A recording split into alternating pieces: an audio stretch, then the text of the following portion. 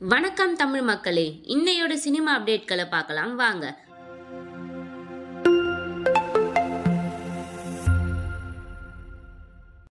நடிகை சாவித்திரியின் வாழ்க்கை வரலாறு படமான நடிகையர் திலகம் திரைப்படத்தை தமிழ் மற்றும் தெலுங்கில் வெளியிட்டு மிகப்பெரிய வெற்றியை இயக்குனர் நாகா அஸ்வின் பெற்றார். அந்த படத்தில் சாவித்திரியாக நடித்த கீர்த்தி சுரேஷுக்கு சிறந்த நடிகைக்கான தேசிய விருது கிடைத்தது. அந்த படத்தை தொடர்ந்து பல வருடங்கள் கழித்து பிரபாஸை வைத்து நாக் அஸ்வின் உருவாக்கியுள்ள கல்கி படத்தில் அமிதாப் பச்சனின் கதாபாத்திரம் குறித்த அறிவிப்பு தற்போது வெளியாகியுள்ளது. கல்கி படத்தில் பைரவா என்னும் கதாபாத்திரத்தில் பிரபாஸ் நடித்து வருகிறார். அந்த படத்தில் கமல்ஹாசன், தீபிகா படுகோன், அமிதாப் பச்சன், திஷா பதானி, பசுபதி உள்ளிட்ட பலர் நடித்து வருகின்றனர். இந்திய சினிமாவில் இதுவரை எந்த ஒரு படமும் செலவு செய்யாத அளவுக்கு சுமார் 500 கோடி பட்ஜெட்டில் பிரம்மாண்டமாக கல்கி படத்தை இயக்குனர் நாகேஷ் பின் உருவாக்கி வருகிறார்.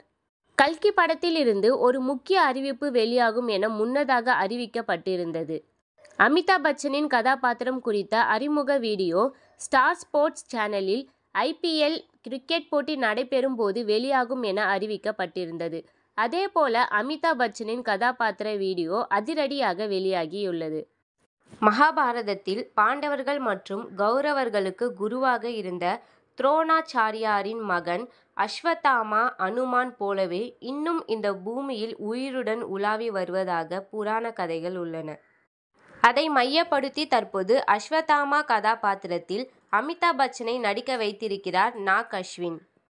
பிரபாஸ் பைரவா கதாபாத்திரத்திலும் அமிதாப் பச்சன் அஸ்வத்தாமா கதாபாத்திரத்திலும் நடித்துள்ள நிலையில் கல்கியாக கமல்ஹாசன் நடித்திருக்கிறாரா என்கிற கேள்வி தற்போது ரசிகர்கள் மத்தியில் எழுந்துள்ளது. விஷ்ணு பகவானின் 10வது அவதாரமாக கல்கி அவதாரம் கருதப்படுவது குறிப்பிடத்தக்கது. இது போன்ற சினிமா அப்டேட்களை ஷார்ட் அண்ட் ஸ்வீட்டாக தெரிஞ்சுக்க மறக்காம எங்கள் சேனலை சப்ஸ்கிரைப் பண்ணுங்க. தேங்க்யூ ஃப்ரெண்ட்ஸ், பாய்.